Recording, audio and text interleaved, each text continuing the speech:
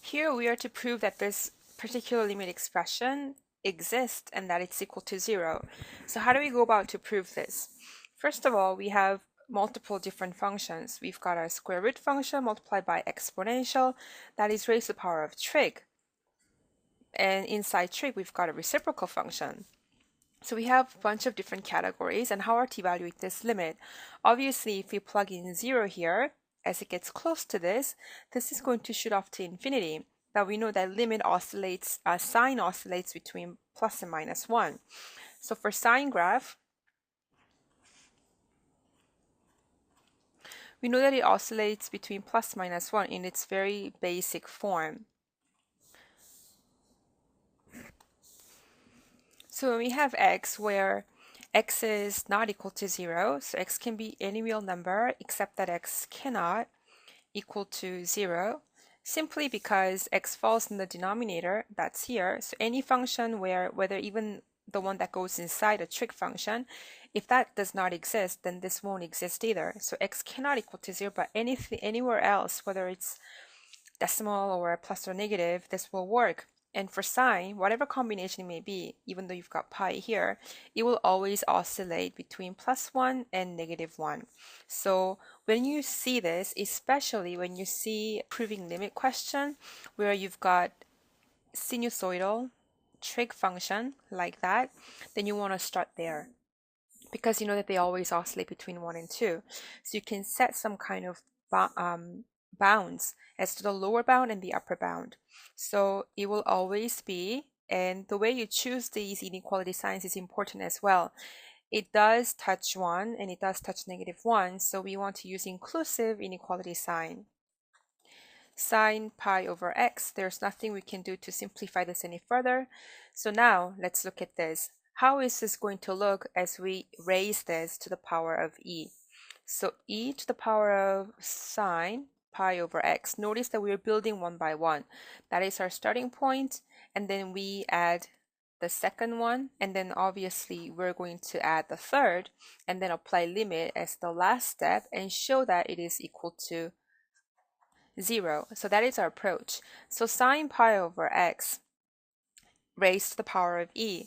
For exponential, we know that exponential is an increasing function where it moves this way. So this is where x is negative, this is where x is positive, but it's always an increasing function.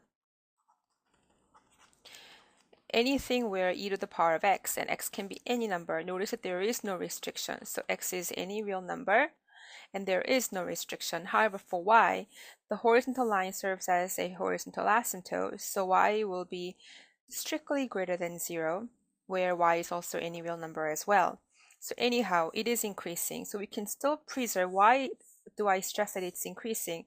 Because we can preserve this inequality sign, that we don't have to change it. If it is changing sign, then we need to flip them around, but we don't have to do that because it stays the same. It's increasing, it's positive as we go from x goes from left to right.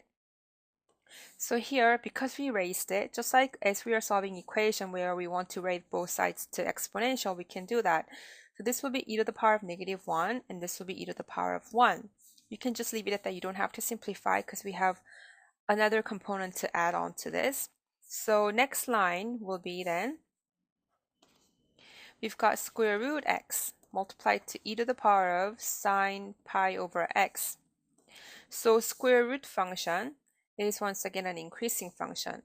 So here we have a square root function in its very basic form. So you know that it's increasing. It only exists when x is positive, but as long as it's positive, it's increasing. So as we multiply this, we don't have to switch the inequality sign. So when we do that, we are going to be multiplying square root x, and this can come down because e to the power of -1 becomes reciprocal. We've got square root times e. So now we want to apply limit to this. So limit as x approaches 0 from the positive side. Notice why it's positive, because even if it is approaching from the left side of 0, then x is negative, and it can't exist nothing negative can go inside the square root. Here, x must be strictly greater than or equal to 0. So the only option, if it's to be one-sided, and it must be one-sided, it must only approach from the right side. So as we approach from the right side,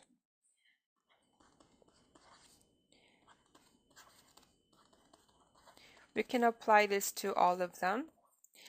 Essentially, we're interested in the middle component, but we are setting this expression to show what the limit is going to be.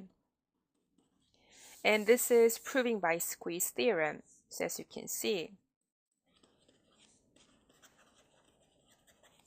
as you can pick up from the word squeeze, that means we want to, if it's hard for us to evaluate the function that we are interested in, then we build them up one by one, set the restrictions, and show that these two endpoints, so these two endpoints are approaching a certain value, and if it gets caught between the two, based on these inequality signs, then we can also draw the same conclusion about the middle part.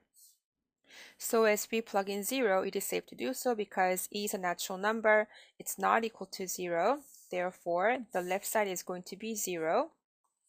Then limit as x approaches 0 from the right side, square root x times e to the power of sine pi over x.